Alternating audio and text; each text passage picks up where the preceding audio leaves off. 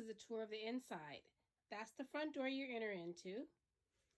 As you come in, there is the top bunk and the television. There is a ladder that hooks right there. Then there's a guard here that you can put up when someone's sleeping up there or when you're storing luggage or anything while you're driving. This little safety belt hooks up there to keep things in place. So when you're driving, that I have the TV in the out position. See, it just sways back and forth. There is a knob right here that when you get it in the position you want it in, you turn it, you just slightly tighten it, and that keeps it from moving. So when you're driving, you want to loosen it, push it back as far as you can, and then tighten it slightly, and it actually moves from like these two positions, and that'll keep it from moving while you're driving. There are curtains in here that unhooks and it pulls closed, so that's a privacy curtain. There's plenty of storage. Inside storage here, there's extra pillows. That's 3 extra pillows there. And I'll go around quickly to the bed. All the linens have been completely cleaned. The entire RV has been wiped down and sanitized. Inside this upper area, there are extra blankets and some extra bedding in there as well. This in the top, there are 3 of these pillows that fit in here to block out the sun. I'll take this one out. And that gives a lot of light, but it does help block out the sun and the heat. Okay, I'll go back this way. There's the air conditioning on top. And all you do with air conditioning is turn that knob. I will turn it, and you'll hear the air conditioning come on. That's the air conditioning. It's rather loud. That's what it is. It's loud. It's pretty loud. I'll turn it back off. Okay. In the cabinet right above the door, there's the DVD player. I also have a blender in there. There's also electrical plug-ups. That's where the TV's plugged up. There's an extra extension cord in here that if you needed to plug up something. If you're driving and want to watch television, you have to run the extension cord, which I have extra ones. You have to plug it up in here, and it has to be plugged. I'll move the ladder. It has to be plugged in right here. That's the only way to watch television when you're driving. Or I guess you would be running a DVD player or something, because you would not have good reception. Okay, coming around, there is a fire extinguisher that's attached there. I'll come back to the electrical panel in just a second. Here is the bunk. There's more storage there. I'm going to move the ladder because when you're driving, the ladder lays up here out of the way. And I'm asking to only use the ladder to access the bunk. This here is starting to get loose because it's just a thin panel that's holding this, and people have been climbing on this to get to the bunk, so they're weakening it. In the drawer here, I have some supplies. There's pots and pans. This has some silverware in it, cooking utensils, the other part of the blender. The bunk under the table, there's a little arm here. If you move the arm that way, I'm going to try to do it with one hand, that allows the table to lift and lower. There we go. And it lowers flat. You have to move the pillows first. They come out and it makes one level, and then you put the pillows back on. Leave that down. The shades here, they just pull down, and you just push them back up. As you're using it, it starts to loosen, and if it starts, you'll know because when you let it up, it'll start to come down slowly. These little ropes here, they just have to be tightened, so you just have to wrap it around. That happens all the time. That's with all the windows. there are lights up here that you push. There's 2 of those. Come around to the closet. There's a drawer here. In the closet, I have 4 large towels, small towels, just some extra things that if you don't need. That storage back there behind is empty, and you can just put all my stuff up there. There's no, you need to use it. If you do use it, at the end of your, you don't have to wash those when you bring when we get the RV back. Just store the towels in the shower. Oh, now we're going to the bathroom. Let me close that. Just a basic shower. Lock the door. The toilet. There's a foot pond to flush it. Oh, let me open it up so you can see. That's how you flush it. There's extra outlet over here. This is just a storage cabinet. I have toilet paper in there, as well as another pack here. Now, if you should go through that toilet paper, only use RV toilet paper. RV or marine toilet paper. You can get it at Walmart. You can get it anywhere. This one says RVs and boats. Okay. Underneath there, once you dump the tanks, I have you dump the tanks. Drop one of these in when you're finished.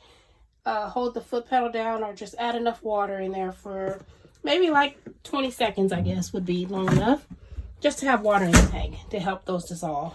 Shower is pretty basic. Basic shower. There is a fan here. I just had the fan replaced because this here, there's 3 fans in here. You turn it to open it.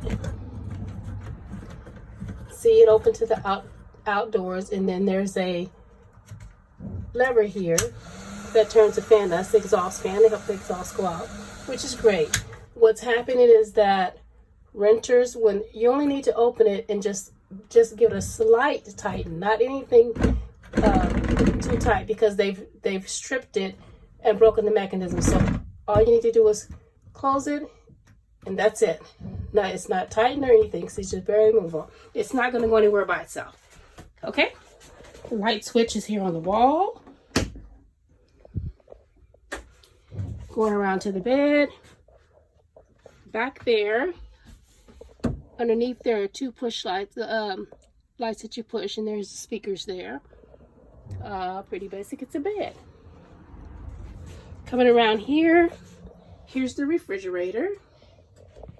I'm going to go down here and show you that underneath there's an empty container, but under there are some cleaning supplies, some tools, some miscellaneous stuff. So if there's something you're looking for, you think you need, it may be under there. So pull that bin out and check it out. I'm going to take this bin out because it's not necessary to be here. You don't need that. Refrigerator.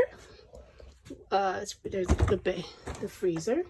Everything has been cleaned and sanitized. Refrigerator. Clean and sanitized. I have it in off position, but I will turn it on. When you're driving, if you want to you can put it on auto, leave it on auto so that it'll convert from gas to electric. Electric meaning you're running the electricity, or you're using the car engine, and it'll cool as you're driving. Well, it cools quickly, but when you stop to get fuel to fill up the car, turn this in the off position, because you don't want gas flowing as you're pumping gas. So I have it in the off position now. Anyway, there's the microwave. Pretty basic. It's not an induction oven, convection, I'm sorry. It's just a microwave. Pretty basic. There's a little storage door up here. Nothing's in there. The stove. There's no oven, but the stove has a nice panel.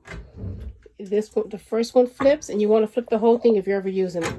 The second one flips, and it just lays back there. To turn it on, I'm going to use this one, either one. You want to turn this to, see I have it on high, and then you want to, did I do that? Turn that to high, and then you want to spark it. Oh, I have the propane turned off outside. I'll turn it back on and come back and show you that. But anyway, that's what you would do. You would turn that high, and then you would light the spark, and the flame would come up.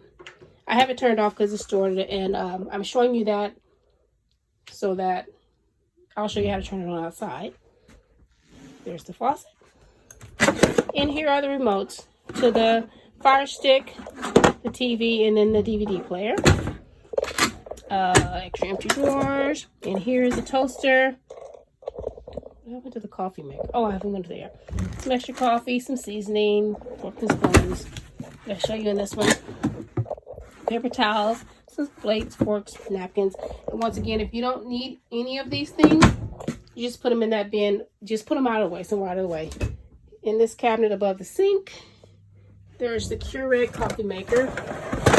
I'm supposed to have something in there blocking it from falling. Let me get the paper towels when you're drying it.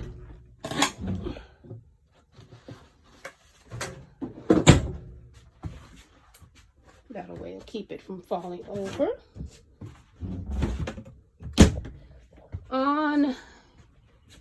I think I've went over everything. The ladder here, that's the inside of the RV. If you have any, oh, sorry about that. When the thing is the electric panel, there's a table here that lights up, and I suggest when you're driving to let that up because it's just going to be knocking around when you're driving. That way nobody's near the door. Down on the bottom here, there's a awning light and then an inside main light. You turn that on. The other one is for the awning outside, the light outside. Down here is just a little step light, and I'm going to show you this. Just turn a little step here, and it's also a light over there. There. Just a step light for the floor. Here is to let your awning in and out. We'll do that when we get outside. This is just the main power switch to turn the power completely off. Up here is a control panel. To start the generator, you're going to push this start, and you hear that. And sometimes you have to do it 2 or 3 times. You have to prime it. Turn it off. I'm going to do it again. I may not have enough power to do it, but we'll go ahead and record. There's 852 on there. So you can run the generator when you're driving. There it went. It just kicked in 2 or 3 times. So you can run the air conditioning inside the house when you're driving, because otherwise you'll just have the air conditioning in the truck part. In here, these are tank heaters, water heaters. There's no need to have these on because it's summertime. You don't need those. The water pump needs to be on if you're going to use water when you're not hooked up to water. And you'll hear this. Oh, let me turn that generator back off so you can hear this. Anytime you flush your toilet or use a tank, use any water when you're not hooked up to other water. You hear that noise in the back? That is the pump being used. So it needs to be on. You can use it. It does. That's just the sound a pump makes. Up here are your gauges. So the first one is your propane. It's full. The battery is full because I have it plugged in right now. The freshwater tank is full. Now the black water tank, it says 2 because I put, well, it's 1. It'll go back and forth, but they've been dumped completely, and then I put in chemical and a little water. So when you push it, it may say 1 or 2. That just tells you how full it is. The gray water tank is empty. That's it. Pretty simple. I don't know if I told you the vents here. It's the same vent that's in the bathroom here, and there's one there over the bed, except for that one over the bed doesn't have a fan.